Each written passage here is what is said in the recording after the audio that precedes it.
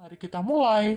Perhatikan teks berikut ini. Nah, teks ini untuk menjawab soal nomor 1 sampai dengan 4.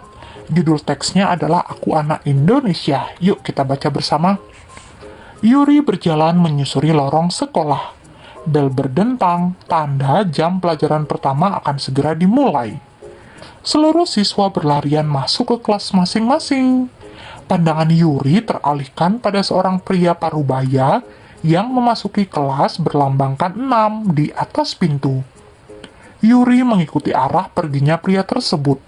Namun setelah sampai di sebelah pintu, Yuri terdiam sesaat. Rasa gelisah mulai muncul karena ini adalah hari pertamanya masuk sekolah baru di Indonesia. Keluarganya baru saja pindah dari Seoul, Korea Selatan, tempat ibunya menyelesaikan pendidikan dokter. Pak Radit, guru kelas 6, melihat bayangan seseorang di jendela dekat pintu kelas. Pak Radit kemudian berjalan keluar kelas. "Ah, kamu pasti Yuri. Ayo masuk. Bapak carikan tempat duduk dulu untuk meletakkan tasmu. Lalu berkenalan dengan teman-teman sekelasmu." Sambut Pak Radit dengan senyuman lebar. Yuri mengangguk malu-malu. Seluruh mata di kelas ini hanya tertuju pada Yuri. Dia mendengar bisik-bisik meskipun tidak jelas. Dada Yuri berdegup begitu kencang dan raut wajahnya pun tampak cemas. Pak Radit menyilahkan Yuri untuk berdiri di depan kelas dan memperkenalkan diri. Yuri menarik nafas lalu mulai memperkenalkan diri. "Selamat pagi teman-teman, nama saya Yuri. Usia saya 13 tahun. Saya pindah dari Seoul, Korea Selatan. Ibu saya baru saja menamatkan kuliahnya di sana. Kami pindah ke kota ini karena ibu dan ayah saya akan bekerja di sini. Saya senang berkenalan dengan teman-teman di sini. Kamsahamnida." Terima kasih. Yuri lega. Kecemasannya berkurang ketika melihat senyum terkembang dari teman-teman sekelasnya. "Terima kasih Yuri. Ada yang ingin kalian tanyakan pada Yuri?" ujar Pak Radit. Seorang anak laki-laki mengacungkan tangan. "Kamu asalnya dari mana?" "Oh iya, namaku Krishna. Salam kenal ya. Saya berasal dari Bali, karena lahir di sana. Ayah saya berasal dari Korea, dan ibu saya berasal dari Sunda. Jadi saya anak Indonesia," jawab Yuri. "Jadi, apa yang membuat kalian mengaku sebagai anak Indonesia?" tanya Pak Radit. "Karena lahir di Indonesia," jawab Diki sambil mengangkat tangan kanannya. "Tapi adikku lahir di Amerika, dan dia tetap anak Indonesia," sanggah Wina dengan tegas. "Kalian sama-sama benar. Anak Indonesia adalah anak-anak yang lahir atau tinggal di Indonesia, atau anak-anak yang ayah ibunya atau salah satu orang tuanya berasal dari Indonesia." Nah, setelah membaca teks tersebut, yuk kita jawab pertanyaan berikut ini. Soal nomor 1. Tokoh utama pada cerita di atas merupakan siswa pindahan dari titik-titik-titik. A. Jepang, B. Amerika, C. Bali, dan D. Korea Selatan. Jawaban yang benar adalah D. Korea Selatan. Nomor 2. Latar tempat dari cerita yang berjudul Aku Anak Indonesia di atas yaitu A. Ruang kelas 4, B. Ruang kelas 6, C. Lobi sekolah, dan D. Halaman sekolah. Jawaban yang benar adalah B. Ruang kelas 6. Lanjut yang nomor 3. Pada cerita di atas, tokoh yang bernama Yuri kadang memiliki sifat cemas. Hal tersebut dipertegas melalui tindakannya, yaitu titik-titik-titik. A. Yuri berjalan menyusuri lorong sekolah. B. Yuri terdiam sesaat di sebelah pintu. C. Yuri berdiri di depan kelas dan memperkenalkan diri. Dan D. Semua pandangan siswa tertuju hanya pada Yuri. Jawaban yang benar adalah B. Yuri terdiam sesaat di sebelah pintu. Kita lanjut yang nomor 4. Tio merupakan anak dari ayah yang berasal dari Amerika dan ibu yang berasal dari Jepang. Tio lahir di Jawa Barat. Berdasarkan penjelasan dari Pak Radit dalam cerita Aku Anak Indonesia tentang pengertian anak Indonesia, maka pernyataan berikut yang benar yaitu titik-titik-titik. A. Tio merupakan anak Indonesia. B. Tio bukan anak Indonesia. C. Tio bisa berbahasa Indonesia. Dan D. Tio tidak bisa berbahasa Indonesia. Jawaban yang benar adalah A. Tio merupakan anak Indonesia. Nomor 5. Hationa menciut setelah mendengar perkataan Winda. Kata menciut memiliki arti titik-titik-titik. A. Kecewa, B. Marah, C. Takut, dan D. Sedih. Jawaban yang benar adalah C. Takut. Lanjut nomor 6. Tapi ayah saya berasal dari Padang dan ibu saya berasal dari Sunda. Tambah Hana. Menyanggah ucapan Juna itu, kata menyanggah memiliki arti titik-titik-titik. A. Mempunyai pendapat lain. B. Mempunyai pendapat sama. C. Menolak pendapatan orang. Dan D. Menerima pendapat orang. Jawaban yang benar adalah C. Menolak pendapat orang. Nomor 7. Windy memberikan titik-titik-titik kepada teman-teman sekelasnya karena sebentar lagi dia akan segera pindah sekolah. Kata yang tepat untuk mengisi bagian yang rumpang yaitu titik-titik-titik. A. Oleh-oleh, B. Buah tangan, C. Cindramata, dan D. Arsitektur. Jawaban yang benar adalah C. Cindramata. Windy memberikan cindramata kepada teman-teman sekelasnya karena sebentar lagi dia akan segera pindah ke sekolah. Yuk kita lanjut yang nomor 8. Perhatikan kata berikut. Kata yang pertama menciut, 2 berdentang, 3 berdegup, dan 4 menjura. Pertanyaannya, lonceng titik-titik-titik keras saat perayaan tahun baru dimulai di alun-alun kota. Kata yang tepat untuk mengisi bagian yang rumpang ditunjukkan oleh nomor titik-titik-titik. A1, B2, C3, dan D4. Jawaban yang benar adalah B2. Lonceng berdentang keras saat perayaan tahun baru dimulai di alun-alun kota. Kita lanjut yang nomor 9. Nah, di sini ada sebuah formulir. Perhatikan ya, formulir berikut ini adalah formulir pendaftaran siswa baru, yaitu pemerintah Kabupaten Gianyar. Nah, sekarang pertanyaannya yang nomor 9 adalah, William merupakan siswa baru di SDN 6 Belah Batu. Dia harus mengisi formulir tersebut. Formulir tersebut merupakan pernyataan resmi berupa titik-titik-titik. A. Pemesanan, B. Penilaian, C. Permohonan, dan D. Penerimaan. Jawaban yang benar adalah C. Permohonan.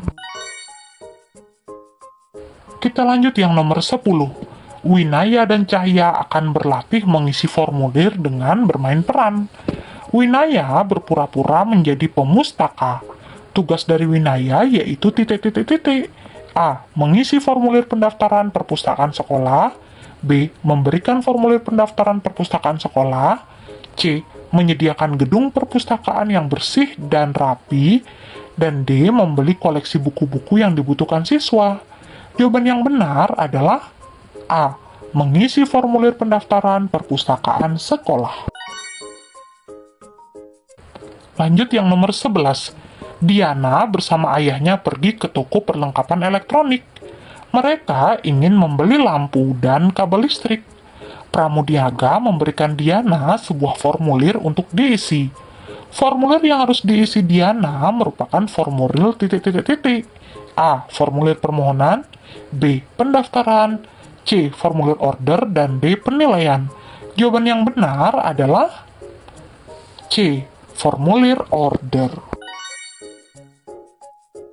Yuk kita lanjut. Perhatikan teks berikut. Nah, teks berikut ini untuk menjawab soal nomor 12 sampai dengan 15. Judul teksnya adalah Sejarah Bahasa Indonesia.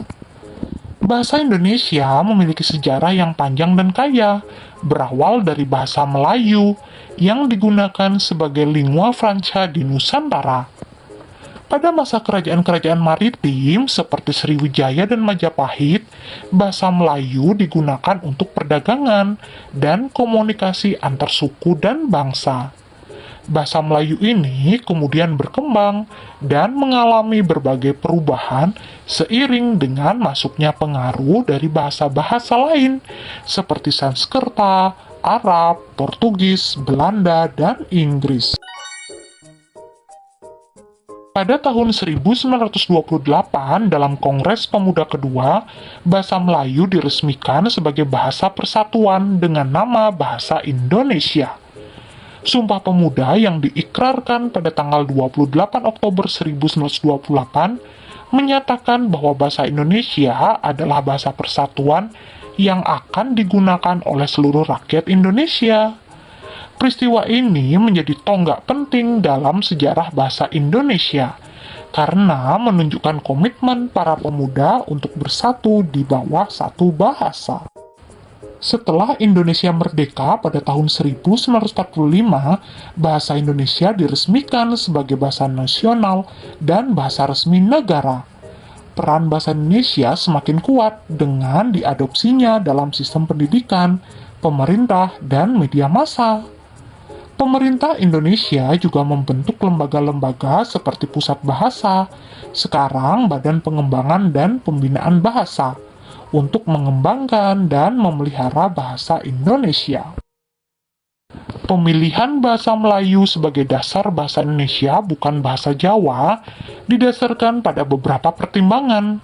Bahasa Melayu sudah lama digunakan sebagai bahasa perdagangan dan komunikasi antar suku di Nusantara, sehingga lebih dikenal dan diterima oleh berbagai kelompok etnis. Selain itu, bahasa Melayu memiliki struktur yang lebih sederhana dibandingkan bahasa Jawa, yang memiliki tingkatan bahasa dan aturan tata krama yang kompleks. Hal ini membuat bahasa Melayu lebih mudah dipelajari dan digunakan oleh berbagai lapisan masyarakat. Hingga saat ini, bahasa Indonesia terus berkembang dan mengalami pembaruan. Berbagai kata baru terus ditambahkan ke dalam kosakata bahasa Indonesia untuk mengikuti perkembangan zaman dan teknologi. Bahasa Indonesia juga diajarkan di berbagai negara sebagai bahasa asing, menunjukkan pengaruh dan pentingnya bahasa ini di kancah internasional. Nah, dengan sejarah yang kaya dan peran yang penting, bahasa Indonesia menjadi simbol identitas dan kebanggaan bangsa Indonesia. Soal nomor 12. Bahasa Indonesia yang memiliki sejarah yang panjang dalam penggunaannya. Bahasa Indonesia diresmikan sebagai bahasa nasional dan bahasa resmi negara pada tahun A. 1928, B. 1945, C. tahun 2000, dan D. tahun 2002. Jawaban yang benar adalah B. tahun 1945. Nomor 13. Bahasa Melayu digunakan sebagai lingua franca di Nusantara. Kata lingua franca pada kalimat di atas memiliki makna A. Bahasa yang menjembatani pihak yang berbeda bahasa. B. Bahasa yang mudah dipahami dan digunakan. C. Bahasa pemersatu bangsa Indonesia yang seragam. Dan D. Bahasa warisan turun-temurun dari nenek moyang. Jawaban yang benar adalah A. Bahasa yang menjembatani pihak yang berbeda bahasa. Lanjut yang nomor 14, pemilihan bahasa Melayu sebagai dasar bahasa Indonesia bukan bahasa Jawa, yaitu A. Lebih lengkap atau kompleks dan mudah dipahami. B. Sudah lama digunakan untuk komunikasi antar suku. C. Sudah disepakati sebelum Kongres Pemuda Kedua. Dan D. Jumlah penuturnya atau pembicaranya sangat besar. Jawaban yang benar adalah B. Sudah lama digunakan untuk komunikasi antar suku. Nomor 15. Bahasa Melayu memiliki struktur yang lebih sederhana dan tidak memiliki tingkatan bahasa. Hal ini membuat bahasa Melayu lebih mudah digunakan oleh berbagai lapisan masyarakat. Berdasarkan kalimat di atas, bahasa Melayu sebagai cikal bakal bahasa Indonesia memiliki sifat A. Kolonial, B. Bumi Putra, C. Berikrar, dan D. Egaliter. Jawaban yang benar adalah D. Egaliter. Nomor 16. Rina tidak masuk sekolah karena dia akan menghadiri acara pernikahan kakaknya. Rina membuat surat izin tidak masuk sekolah yang ditunjukkan kepada guru. Surat yang dibuat Rina termasuk titik-titik-titik. A. Surat resmi, B. Surat pribadi, C. Surat niaga, dan D. Surat kuasa. Jawaban yang benar adalah B. Surat pribadi. Nomor 17. Perhatikan unsur-unsur surat berikut ini. Unsur yang pertama, salam pembuka, kemudian tanggal surat, identitas pengirim, kop surat, dan nomor surat. Nah, yang ditanyakan, pertanyaannya, unsur-unsur surat yang hanya ada pada surat resmi dan tidak ada pada surat pribadi ditunjukkan oleh nomor titik-titik-titik. A. 1 dan 2, B. 2 dan 3, C. 3 dan 4, dan D. 4 dan 5. Jawaban yang benar adalah D. 4 dan 5, yaitu kop surat dan nomor surat. Nomor 18. Perhatikan surat berikut ini. PT Maju Jaya, kemudian ada alamatnya, kemudian tanggal penulisan surat yaitu Jakarta, 10 Oktober 2023, kemudian ada nomor, lampiran, perihalnya adalah undangan rapat, dan ditunjukkan kepada Bapak atau Ibu karyawan PT Maju Jaya di tempat. Nah, isi suratnya yaitu, sehubungan dengan akan diadakannya rapat koordinasi bulanan, kami mengundang Bapak Ibu untuk hadir pada hari tanggal, waktu, dan tempat. Kemudian, agenda rapat adalah sebagai berikut. Agendanya mulai 1 dari evaluasi sampai lain-lain. Kami sangat mengharapkan kehadiran Bapak atau Ibu tepat waktu. Atas perhatian dan kerjasamanya, kami ucapkan terima kasih. Hormat kami, yaitu Rudi Hartono, Manajer HRD PT Maju Jaya. Pertanyaannya adalah, pernyataan berikut yang tepat tentang surat di atas, yaitu titik-titik-titik.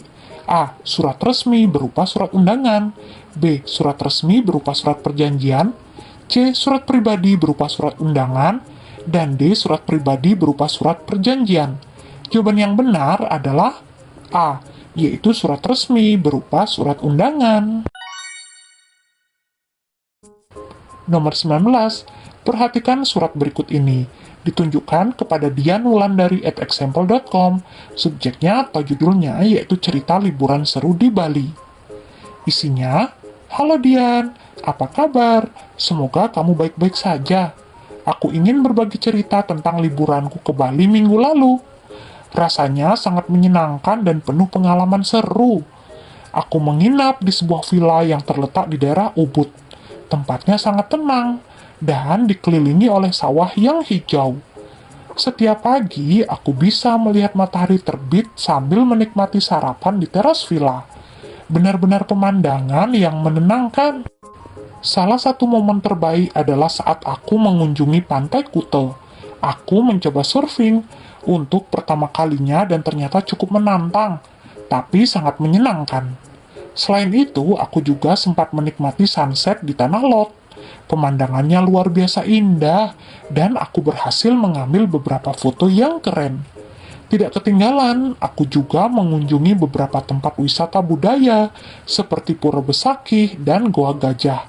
Di sana, aku belajar banyak tentang sejarah dan budaya Bali yang kaya. Makanannya juga enak-enak, terutama babi guling dan sate lilit yang khas. Liburan ini benar-benar memberikan banyak kenangan indah dan membuatku merasa segar. Aku harap suatu hari nanti kita bisa liburan bareng ke Bali. Pasti akan lebih seru kalau kita bisa menikmati keindahan Bali bersama-sama. Bagaimana dengan kamu? Apakah ada rencana liburan dalam waktu dekat? Aku tunggu cerita-ceritamu juga ya. Salam hangat dari Rina. Pertanyaannya adalah, berikut ini pernyataan yang tepat terkait isi surat di atas, yaitu titik-titik-titik. A. Rina sering surfing di Pantai Kuta. B. Rina menikmati sunset di Tanah Lot. C. Dian mengunjungi Pura Besaki dan Gua Gajah. Dan D. Dian ingin mengajak Rina berlibur ke Bali. Jawaban yang benar adalah B. Rina menikmati sunset di Tanah Lot. Nomor 20. Berikut ini salah satu contoh surat resmi yaitu titik-titik-titik. A. Nota dinas. B. Surat undangan pesta. C. Surat permintaan maaf. Dan D. Surat cinta. Jawaban yang benar adalah A. Nota dinas. Yuk kita lanjut ke bagian uraian. Apa yang dimaksud dengan formulir? Nah, jawabannya formulir adalah dokumen yang berisi kolom-kolom yang harus diisi dengan informasi yang spesifik. Biasanya digunakan untuk tujuan administratif, pendaftaran, ataupun pelaporan. Lanjut yang nomor 2, sebutkan jenis-jenis formulir. Nah, jawabannya, jenis-jenis formulir dapat mencakup yang pertama, formulir pendaftaran. Misalnya saja formulir pendaftaran sekolah, formulir pendaftaran perusahaan. Yang kedua, formulir aplikasi, seperti formulir aplikasi pekerjaan, kemudian formulir aplikasi visa. Yang ketiga adalah formulir laporan, misalnya formulir laporan keuangan maupun formulir laporan kecelakaan. Kita lanjut yang nomor 3. Apa perbedaan surat resmi dan surat pribadi? Nah, jawabannya surat resmi adalah surat yang biasanya digunakan untuk komunikasi resmi antar institusi perusahaan atau pemerintah dengan individu atau entitas lainnya. Sedangkan surat pribadi adalah surat yang ditulis untuk kepentingan pribadi atau informal antara individu atau antara individu dan keluarga ataupun teman. Nomor 4. Sebutkan contoh surat resmi. Nah, contoh-contoh surat resmi meliputi yang pertama, surat permohonan, surat pengunduran diri, surat kuasa, surat pemberitahuan resmi, surat penawaran, maupun surat undangan resmi. Dan yang nomor 5 adalah sebutkan contoh surat pribadi. Adapun contoh-contoh surat pribadi yaitu surat kepada teman, surat kepada keluarga, surat cinta, surat ucapan selamat, ataupun surat pribadi yang berisi cerita atau pengalaman pribadi. Nah, anak-anak, kita sudah berhasil mengisi bagian uraian dan bagian ABC-nya. Nah, semoga dengan video pembahasan ini anak-anak lebih memahami lagi di bab 1 ini.